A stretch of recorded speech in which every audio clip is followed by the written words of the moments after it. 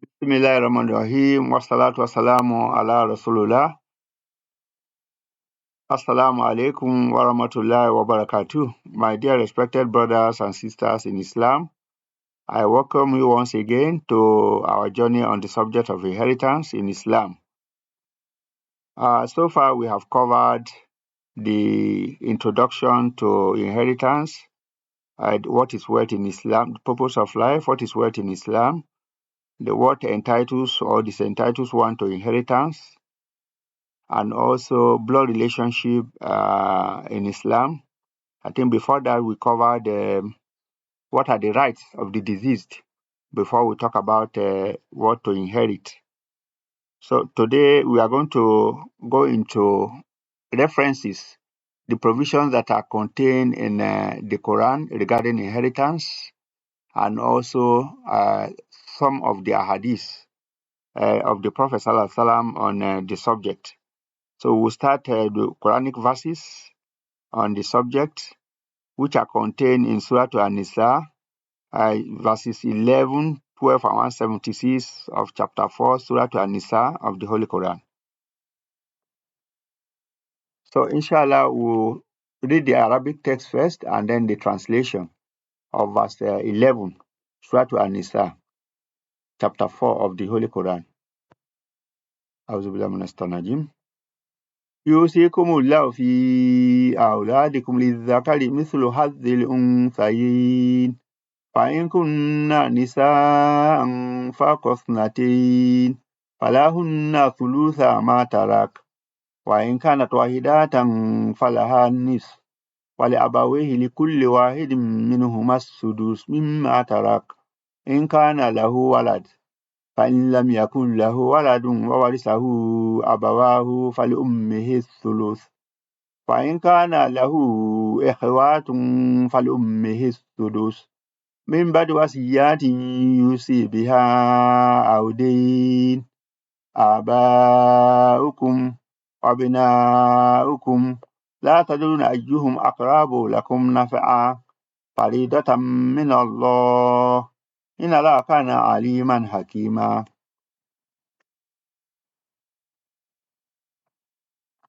Meaning,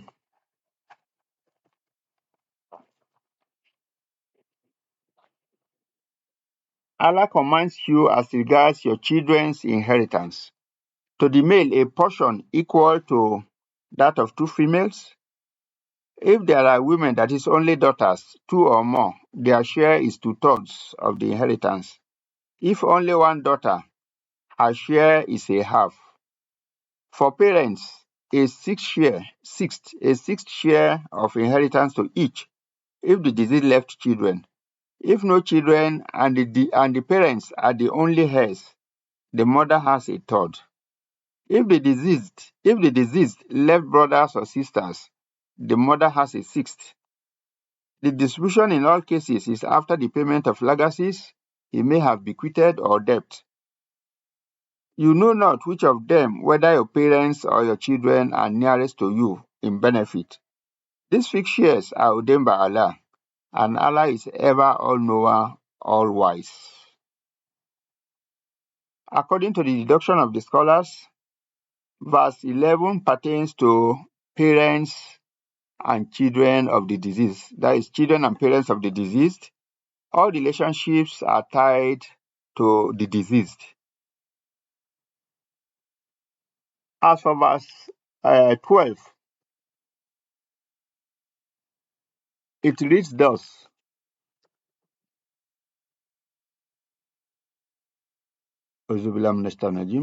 وَلَكُمْ نِصْفُ مَا تَرَكَ أَزْوَاجُكُمْ إِنْ لَمْ يَكُنْ لَهُنَّ وَلَدٌ فإن كان لهن ولد فلكم الربع مما تركتم من بعد وصية يوصين بها أو دين ولهن الربع مما تركتم إن لم يكن لكم ولد فإن كان لكم ولد فلهن الثمن مما تركتم من بعد وصية توصون بها أو دين وإن كان رجل يورث كلالة أو امرأة وله أخ أو أخت فلكل واحد منهما السدس فإن كانوا أكثر من ذلك فهم شركاء في الثلث من بعد وصية يوصى بها أو دين غير مضار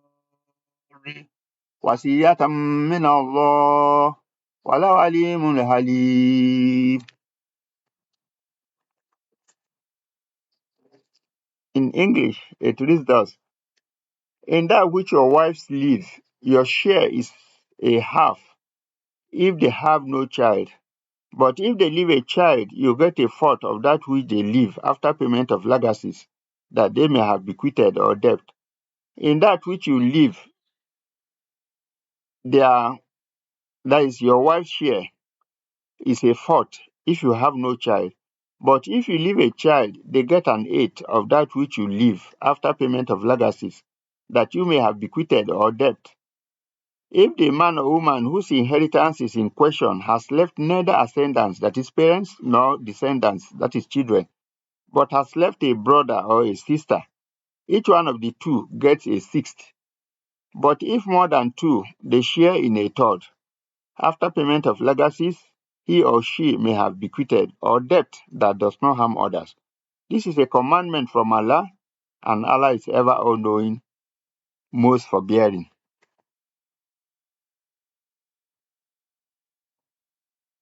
According to the deductions of the scholars, verse 12 pertains to spouses and maternal siblings of the deceased. Spouses pertains to spouses, either the man or the wife, the husband or wife, and then the maternal siblings. That is verse 12. Then going to verse 176. Verse 176, I will read the Arabic translation again, and then I will translate the nearest meaning in English.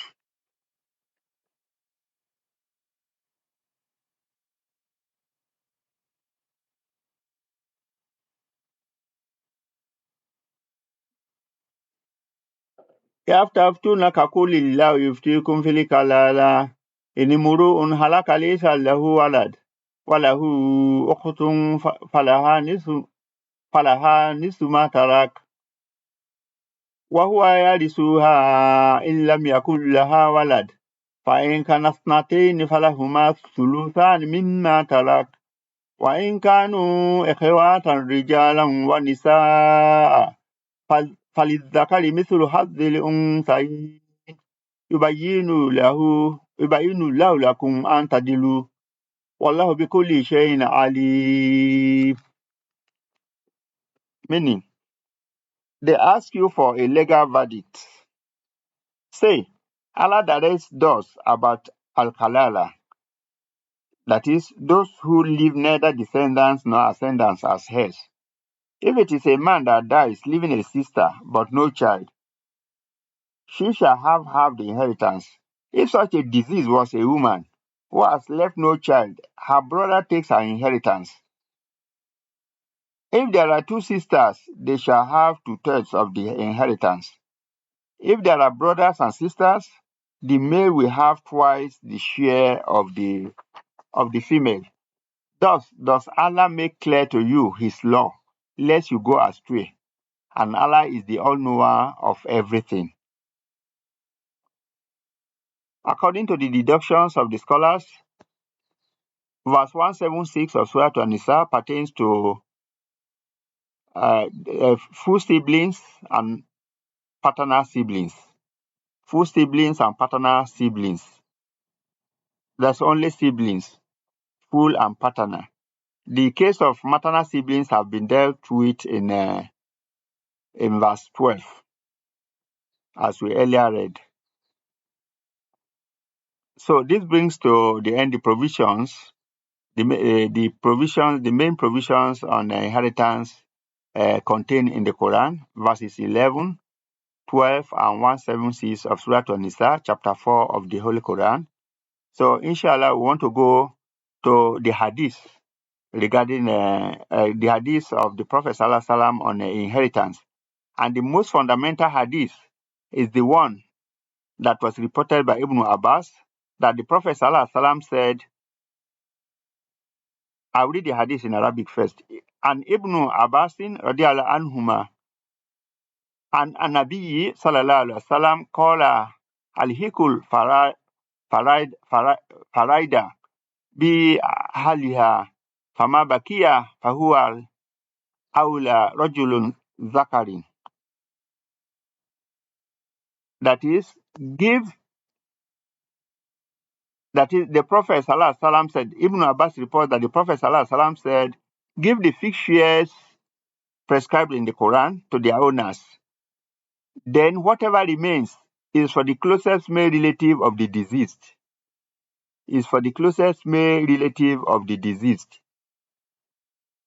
This is a very fundamental hadith regarding inheritance. The first thing we do in inheritance is to give the fixed shares to their owners, and then whatever remains to the closest male relatives. And who are these closest male relatives? In a very broad categorization, we have sons, that is of the sons of the deceased, or including grandsons, in case there are no sons. Then the father of the deceased, or the grandfather of the deceased in the absence of father. Then we have brothers, nephews, uncles, and cousins in that order. And that is the order of closeness to the deceased. The closest is the son, followed by the father, then the brothers, nephews, uncles, and cousins. Then going to other provisions from other hadiths on inheritance, we have the case of where if a sister exists with daughter as heir, then Zayd ibn Thabit ruled that when there are surviving sisters and daughters, the sisters should be treated as residuary, as sober. That is, they only take the residue after the fixed shares have been given to their owners, and should receive only the remainder. It was reported in Sunan Darimi. And then also the case of granddaughter in the presence of daughter and sister. It was ruled that half is for the daughter and 1/6 is for the son's daughter, that is the granddaughter. Both shares make 2/3 of the total property, and the rest is for the sister. This is according to the narration of Huzayl ibn Shurabil regarding the verdict of Ibn Mas'ud, in line with what the Prophet Sallallahu Alaihi Wasallam did, as reported in Sahih al-Bukhari. And then as for the grandmother, a hadith where Ibn Abbas narrates that the Prophet Sallallahu Alaihi Wasallam gave to the grandmother 1/6, reported in Ibn Majah. And in the hadith of Ibn Buraidah as well, the Prophet Sallallahu Alaihi Wasallam appointed 1/6 to a grandmother if no mother is left to inherit before her, as contained in Sunnah Abi Dawud.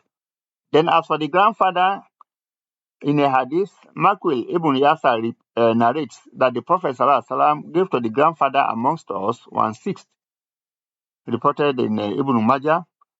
Then where mother, that is both parents and a spouse, survived the deceased, Zayd ibn Thabit ruled in the case of a woman who died and left behind her husband and her parents.